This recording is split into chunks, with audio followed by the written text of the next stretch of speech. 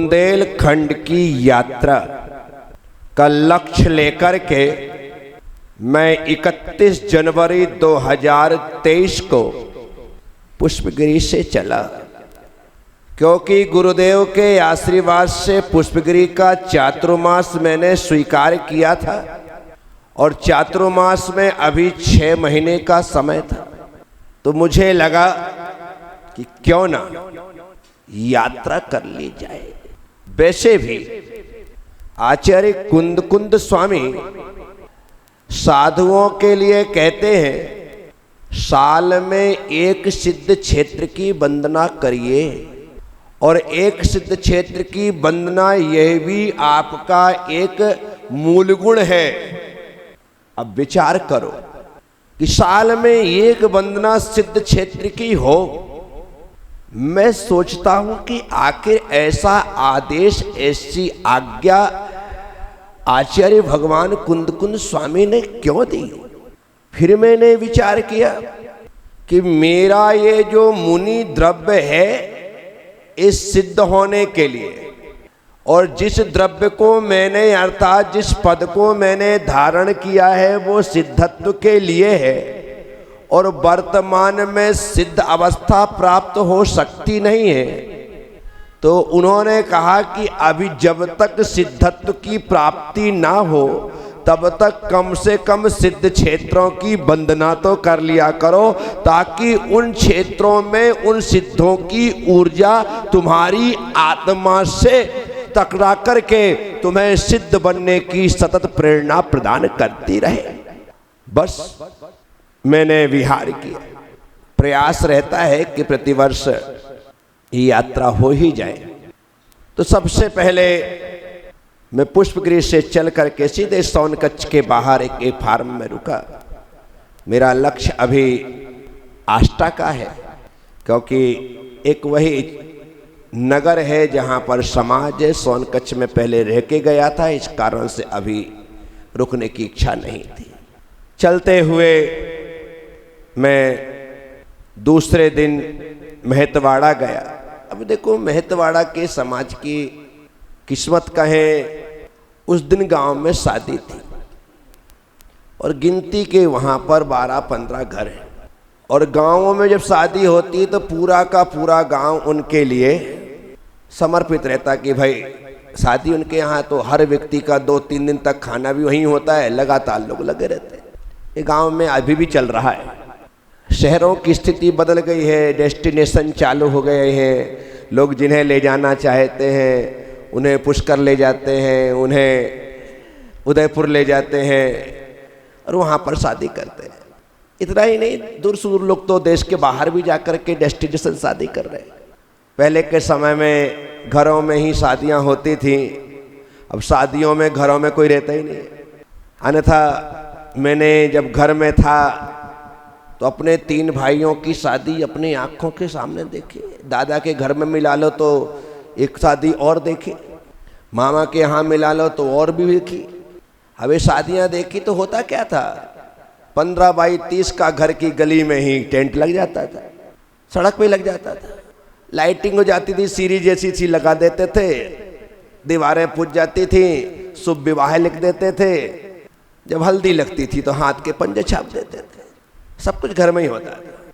कितने भी मेहमान आए, कोई होटल आदि तो होती नहीं थी कि भाई उनको वहाँ रुकना है, कमरा एसी वाला देना, ऐसा कोई बोलते ही नहीं था है ना। एसी वाला देना ऐसा बोलता था ना, कोई बोलते थे ऐसा वाला देना, ये भी नहीं बोलते थे।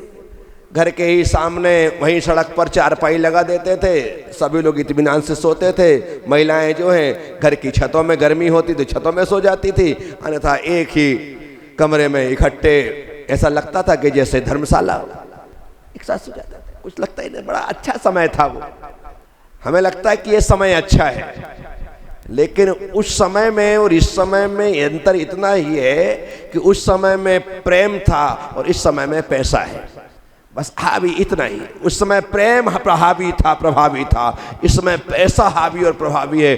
कौन कितना खर्च कर सकता है, 50 लाख, 1 करोड़, 2 करोड़, 5 करोड़ पैसा पानी की तरह बहाए तो उसकी शादी, यार क्या शादी की, मजा आ गया। 5 करोड़ लगाया सामने वाले ने, इसलिए मजा आ गया। पहले लोग 5 करोड़ नहीं लगाते थे, लेकिन सारे परिवार के लोग ऐसा प्रेम उड़ेलते थे कि लोग कहते थे यार कितनी आओ भगत की, कितना स्वागत सत्कार किया। जबकि मेनू जो होता था उसमें कुछ पुड़ी होती थी, छोले होते थे और नुक्ती और सेव, खाओ और जाओ। इससे ज्यादा तो मैं घर में 13-12.5 साल तक रहा।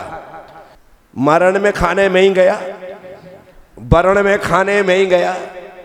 कभी मरता था तो बोल देते गुड्डू जा खाया बेटा, तो चले। और वहां जाके मिलता क्या था, नुक्ती सेव, और वो भी खा के ऐसे आते थे कि जैसे रसमलाई खा के आए।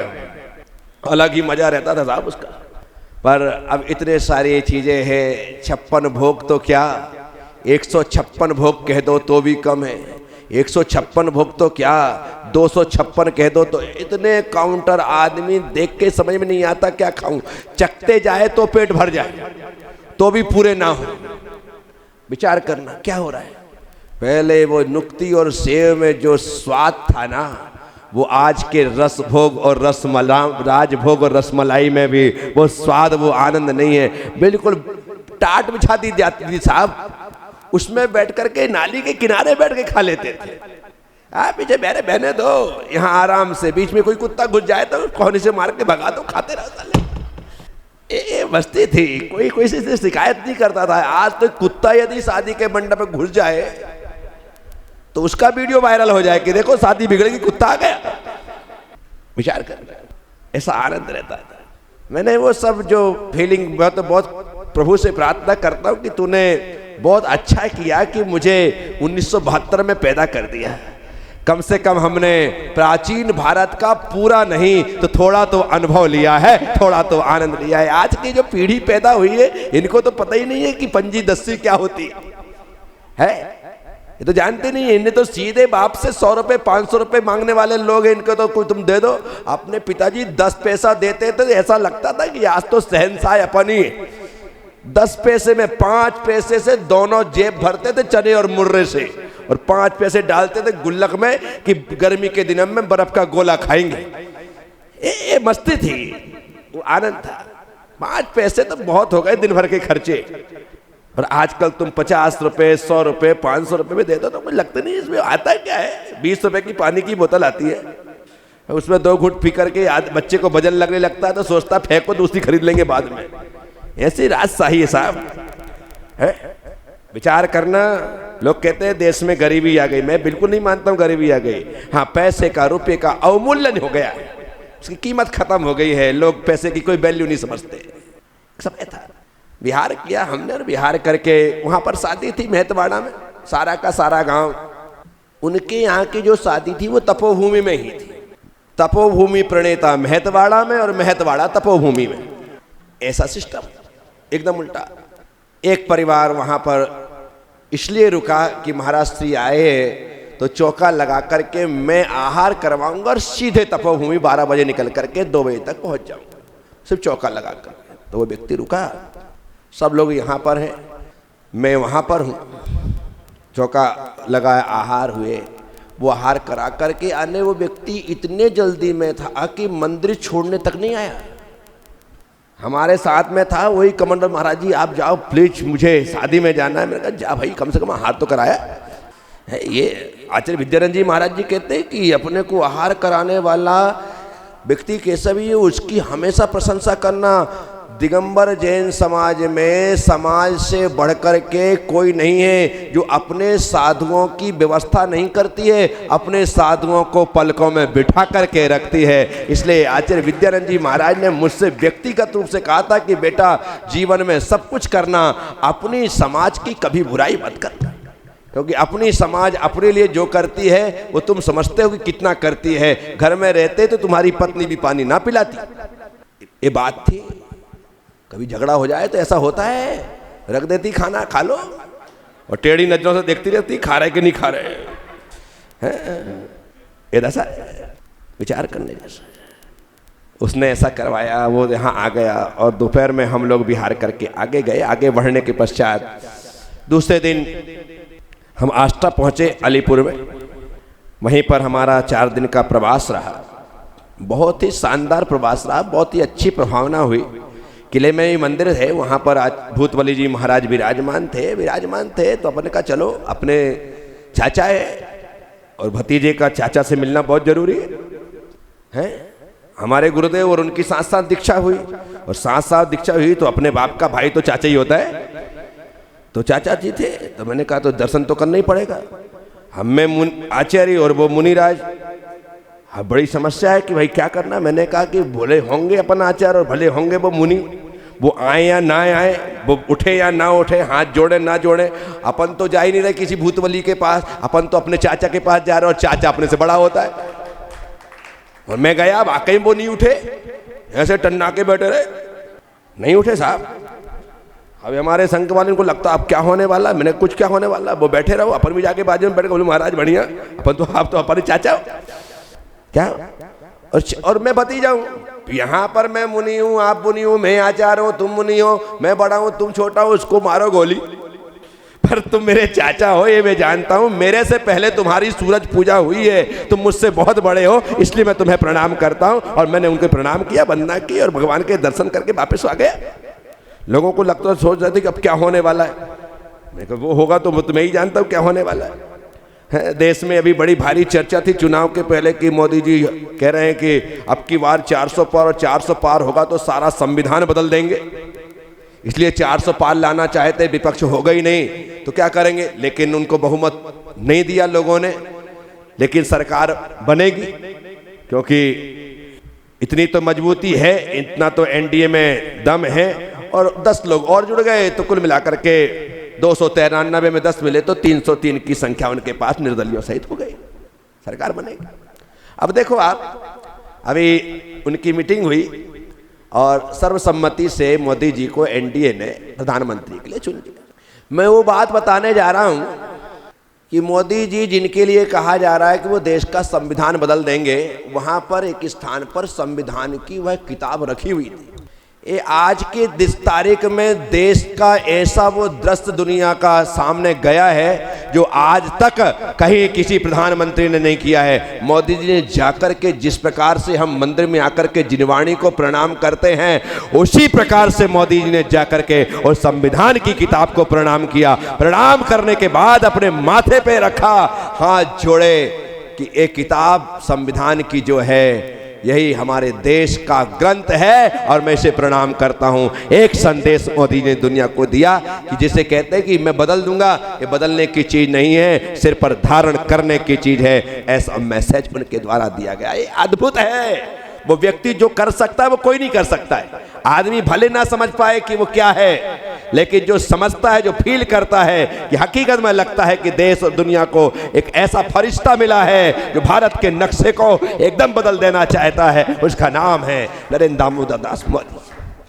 साथियों, अद्भुत ऐसा हो सकता है। तो बस मैं भी भूतबली जी के पास गया, जाकर के मैंने बराबर प्रणाम किया।